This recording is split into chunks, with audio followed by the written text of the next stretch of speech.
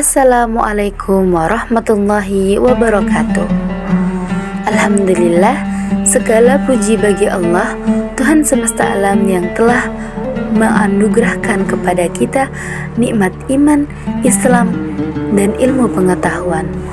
Salawat serta salam semoga senantiasa tercurahkan kepada junjungan kita, Nabi besar, Nabi agung, Nabi Muhammad sallallahu alaihi wasallam, sang pendidik sejati, sang pembawa cahaya ilmu dari zaman kegelapan menuju zaman penuh petunjuk. Halo teman-teman, perkenalkan nama saya Mar'atus Soleha dengan NIM 315024000013. Saya dari Prodi Pendidikan Agama Islam, Fakultas Agama Islam, Universitas Islam Sultan Agung Semarang. Dalam video pembelajaran kali ini, kita akan membahas sebuah topik yang sangat penting dan sangat menarik, yaitu perkembangan pendidikan Islam pada masa Nabi Muhammad SAW. Di sini saya akan membuat video pembelajaran untuk tugas UTS Sejarah Pendidikan Islam dengan dosen pengampu Bapak Muhammad Farhan SPDI, SHUM MPDI. Kondisi pendidikan sebelum datangnya Islam.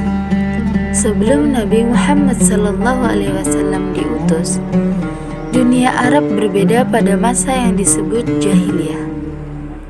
Masa kegelapan, bukan hanya karena mereka tidak berpendidikan, tapi juga karena akhlak dan nilai moral mereka rusak. Masyarakat Quraisy waktu itu sangat menghormati keturunan dan kekayaan, tapi tidak menganggap pentingnya ilmu. Hanya sedikit orang yang bisa membaca dan menulis. Perempuan juga jarang mendapat kesempatan belajar. Ilmu pengetahuan hanya dimiliki oleh segelintir orang bangsawan. Itu pun sebatas pengetahuan berdagang dan puisi. Namun, di tengah-tengah kegelapan masa itu, Allah Subhanahu wa Ta'ala menyiapkan seorang manusia yang kelak membawa perubahan besar. Beliau adalah Muhammad bin Abdullah yang di usia 40 tahun pendidikan Islam pada masa Nabi Muhammad SAW di Mekah. Pendidikan Islam dimulai. Mekah, tanah kelahiran Nabi Muhammad SAW, sebuah kota yang ramai namun diselimuti oleh gelapnya kejahilan. Masyarakatnya sibuk dengan perdagangan dan kemewahan, tetapi hati mereka jauh dari cahaya iman. Di tengah masyarakat yang menyembah berhala, menindas kaum lemah, dan memuja kebanggaan suku, hadirlah seorang manusia yang membawa misi suci, mendidik umat agar mengenal Tuhannya. Segalanya bermula dari Gua Hira, tempat Nabi menerima wahyu pertama. Dari sinilah pendidikan Islam lahir. Pada masa Mekah, pendidikan Islam difokuskan pada satu hal utama, penanaman akidah tauhid, bahwa tiada Tuhan selain Allah, bahwa manusia diciptakan untuk menyembahnya, bukan menyembah berhala, harta, atau kedudukan. Pendidikan ini bukan sekedar hafalan ayat, tetapi proses pembentukan jiwa. Rasulullah SAW mengajarkan bagaimana membersihkan hati dari kesombongan, kemusyrikan, dan adat jahiliyah yang menyesatkan. Karena tekanan dan ancaman dari kaum Quraisy sangat berat, Nabi tidak bisa mengajar di tempat terbuka. Beliau memilih rumah sahabat muda Arkam bin Abi Arkam dari sebuah rumah kecil di perbukitan Safa. Rumah itu dikenal sebagai Dar al-Arqam, dan disinilah berdiri lembaga pendidikan Islam pertama dalam sejarah. Bayangan suasana malam di Dar al-Karam, lampu minyak kecil menyala temaram. Para sahabat duduk tenang mendengarkan Nabi membacakan ayat-ayat suci Al-Quran yang baru saja turun. Setiap ayat terasa mengguncang jiwa mereka, membuka mata hati tentang makna kehidupan. Rasulullah SAW tidak mengajar dengan nada tinggi. Beliau berbicara lembut, penuh kasih, tetapi juga tegas dalam prinsip. Metode beliau adalah teladan dan keteladanan. Suatu malam Rasulullah SAW membaca ayat tentang pencipta manusia. Lalu beliau berkata dengan suara tenang, "Wahai manusia, kamu semua berasal dari tanah, maka janganlah kamu sombong satu sama lain." Kata-kata itu sederhana, tapi sangat dalam. Itu bukan hanya pelajaran tentang asal-usul manusia, tetapi juga pendidikan moral dan sosial. Beliau menanamkan nilai kesetaraan, menghapus perbedaan antara kaya dan miskin, antara bangsawan dan budak. Semua sama di hadapan Allah Subhanahu wa Ta'ala. Pelajaran-pelajaran di Dar al-Karam membentuk generasi pertama Islam, generasi yang kokoh dalam iman dan berakhlak mulia. Mereka belajar dengan penuh semangat meski setiap saat bisa diserang oleh kaum Quraisy.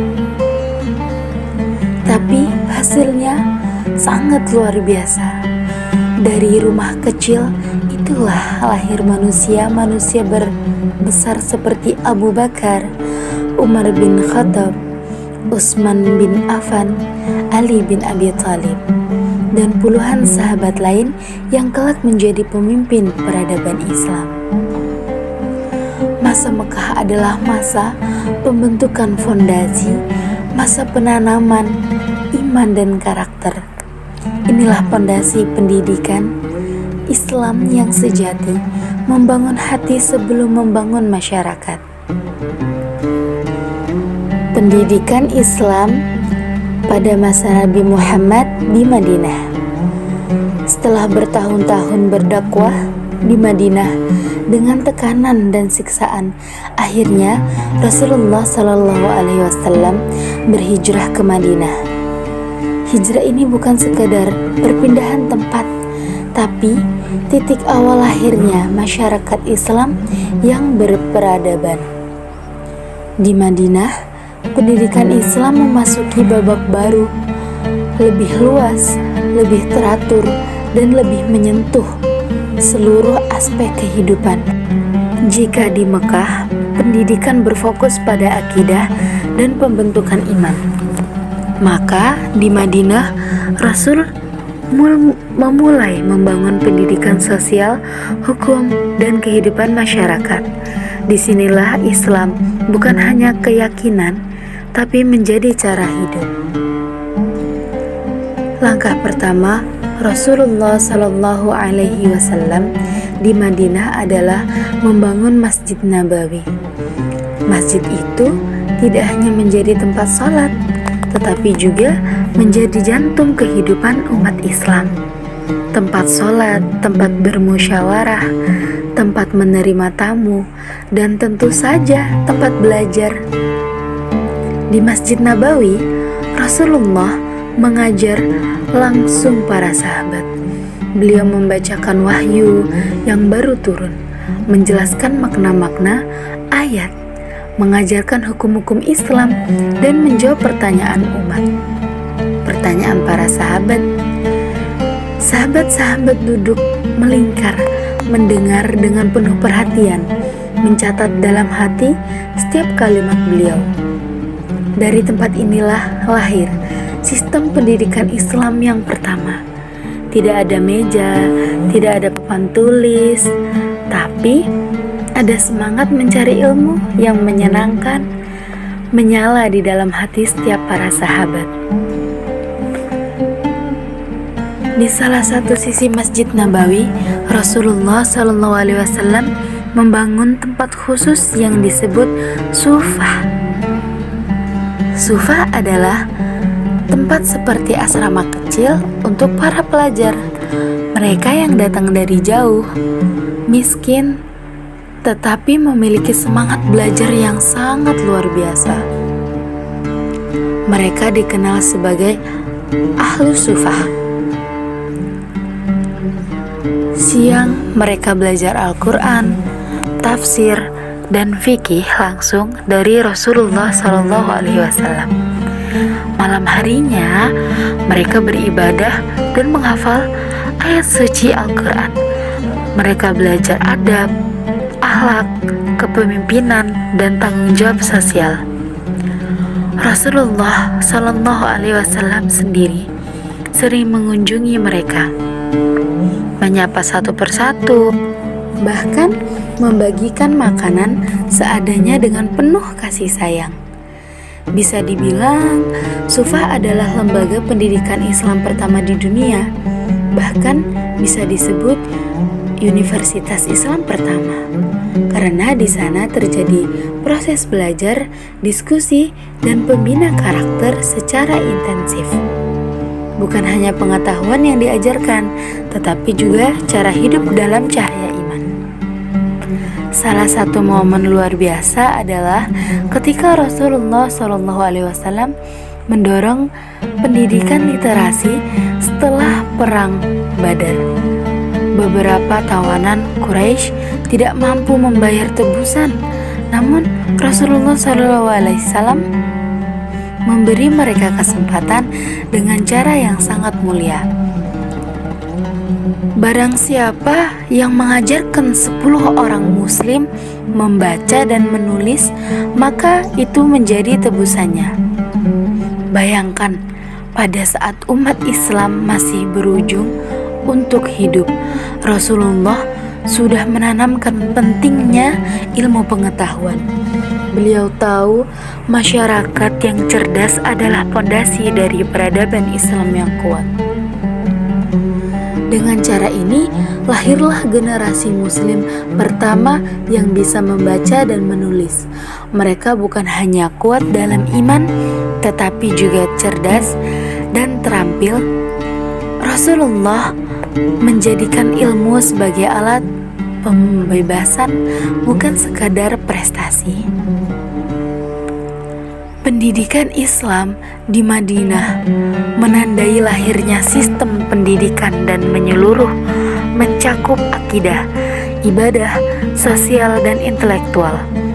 Di bawah bimbingan Nabi Muhammad SAW, ilmu menjadi cahaya yang menerangi hati dan masyarakat.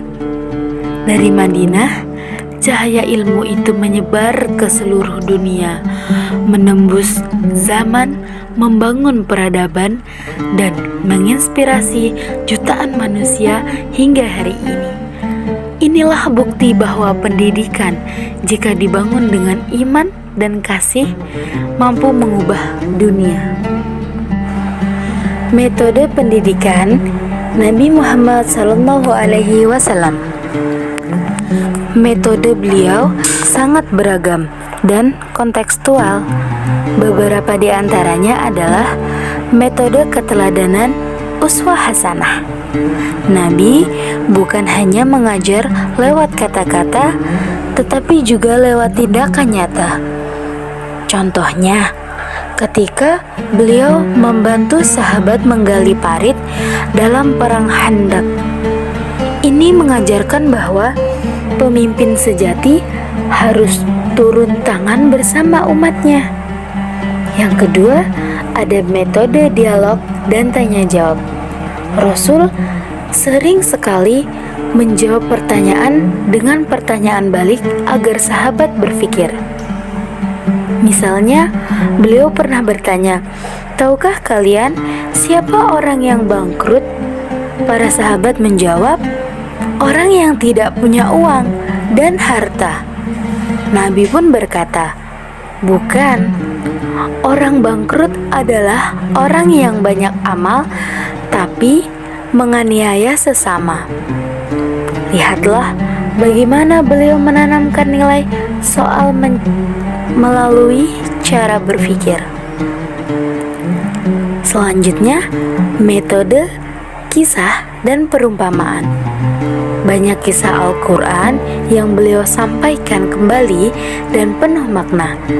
Cerita-cerita ini bukan sekedar hiburan, tetapi sarana pendidikan moral dan keimanan.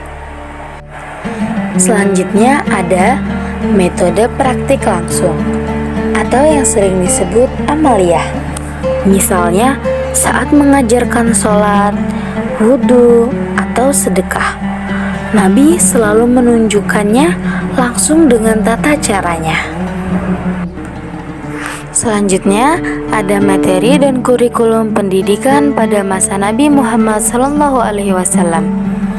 Pada masa Rasulullah SAW, pendidikan Islam tidak hanya berfokus pada ilmu pengetahuan yang bersifat teoritis, tetapi juga sangat menekankan pembentukan kepribadian, moral, dan spiritual. Kurikulum yang terterapkan mencakup sebagian aspek kehidupan manusia, baik hubungan dengan Allah sendiri, diri sendiri, maupun sesama manusia. Yang pertama ada akhlak dan tauhid. Akidah merupakan dasar dari seluruh bangunan pendidikan Islam. Rasulullah SAW menanamkan pemahaman bahwa tidak ada Tuhan selain Allah dan hanya kepadanya manusia beribadah. Nilai tauhid yang diajarkan sejak awal dakwah di Mekah untuk membersihkan jiwa dari kemusyrikan dan meneguhkan keyakinan terhadap keesaan Allah Subhanahu wa Ta'ala. Contoh pengajarannya yaitu penegasan ayat-ayat tentang keesaan Allah seperti Quran Surah Al-Ikhlas, keagungan ciptaan Allah, dan ancaman bagi penyembah berhala. Akidah juga menjadi fondasi keimanan terhadap malaikat, kitab, rasul, dan hari akhir, serta takdir yang semuanya membentuk pola pikir tauhid. Poin kedua, ibadah dan syariah. Rasulullah SAW mengajarkan berbagai bentuk ibadah madhah langsung kepada Allah seperti sholat, puasa, zakat, dan haji. Melalui ibadah, umat Islam dilatih untuk disiplin, sabar, dan tunduk pada aturan Allah Subhanahu wa Ta'ala. Selain ibadah, Rasulullah juga mengajarkan syariat muamalah seperti jual beli, warisan, pernikahan, dan hukum sosial. Kurikulum ini membentuk keseimbangan antara aspek spiritual dan sosial, sehingga agama tidak hanya diamalkan di masjid, tetapi juga di pasar, rumah, dan masyarakat. Yang ketiga, ada akhlak dan kepribadian. Rasulullah SAW diutus sebagai pendidik akhlak yang agung, sebagaimana firman Allah dalam Quran Surah Al-Qalam ayat 4 yang artinya, dan sesungguhnya engkau, wahai Muhammad, benar-benar berbudi pekerti yang agung. Materi akhlak mencakup kejujuran, amanah, rendah hati, sabar, adil, kasih sayang, dan menghormati sesama. Rasulullah mendidik melalui keteladanan uswah hasanah, bukan hanya ucapan. Misalnya, beliau tidak pernah berdusta, selalu menepati janji, dan memperlakukan sahabat dengan penuh kasih sayang. Tujuan dari pendidikan akhlak ini adalah membentuk manusia yang berkarakter mulia, insan kamil. Yang keempat, ada sosial dan kemasyarakatan. Pendidikan Islam pada masa Nabi Muhammad SAW mengajarkan dan menekankan hubungan sosial yang harmonis. Rasulullah mengajarkan pentingnya ukhuwah Islamiyah, persaudaraan sesama muslim, ukhuwah persaudaraan sebangsa, dan ukhuwah persaudaraan sesama manusia. Dalam praktiknya, Rasulullah SAW mempersaudarakan kaum muhajirin dan ansor di Madinah sebagai contoh nyata pendidikan sosial. Materi sosial mencakup nilai-nilai tolong-menolong, keadilan sosial, musyawarah, dan tanggung jawab bersama. Masjid Nabawi berfungsi sebagai pusat kegiatan sosial, politik, dan pendidikan, menunjukkan integrasi antara ilmu, ibadah, dan masyarakat. Selanjutnya, ada poin-poin nilai kepemimpinan dan tanggung jawab, keadilan dan kasih sayang, integrasi ilmu dan moral, dan lain sebagainya. Di slide ini ada poin lembaga dan tokoh pendidikan pada masa Nabi. Selain Masjid Nabawi dan Dar Al-Arqam, ada juga lembaga-lembaga pendidikan kecil di rumah para sahabat, seperti di rumah Abu Bakar Asy-Siddiq dan Ummu Salamah. Guru utamanya adalah Nabi Muhammad SAW. Tetapi beliau juga menugaskan para sahabat seperti Mu'adzib bin Jabal dan Abdullah bin Mas'ud dan Zaid bin Tasbit untuk mengajar di berbagai tempat. Zaid bin Tasbit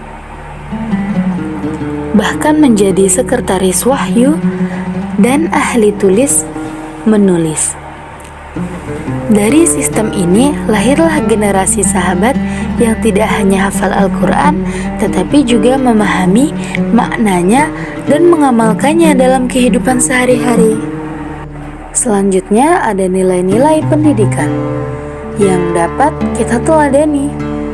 Dari sistem pendidikan Rasulullah SAW ada beberapa nilai-nilai utama yang bisa kita ambil.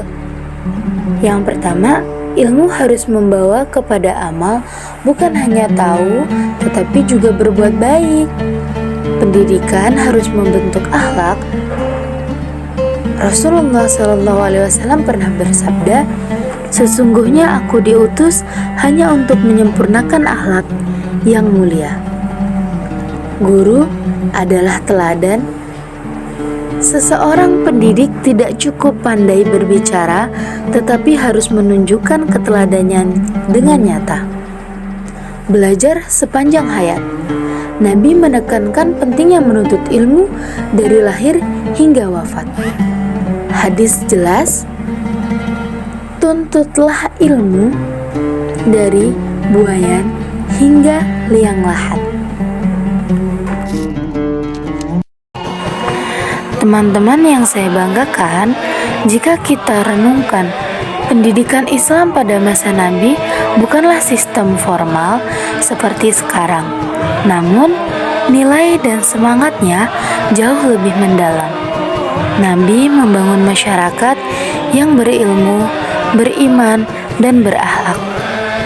Beliau tidak mencetak orang pintar, tetapi mencetak manusia berkarakter, penuh cinta, dan berjiwa dakwah. Tugas kita sebagai mahasiswa pendidikan agama Islam adalah melanjutkan estafet perjuangan Rasulullah SAW menjadi pendidik yang bukan hanya mengajar, tapi juga membimbing dan menebarkan cahaya ilmu dimanapun kita berada.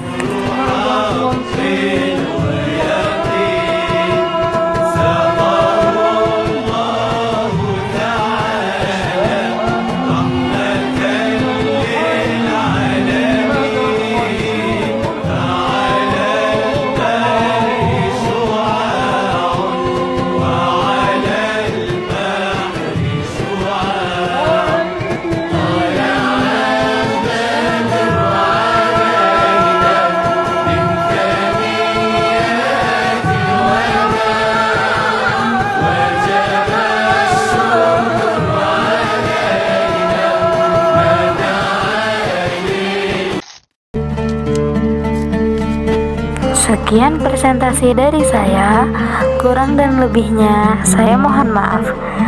Wassalamualaikum warahmatullahi wabarakatuh.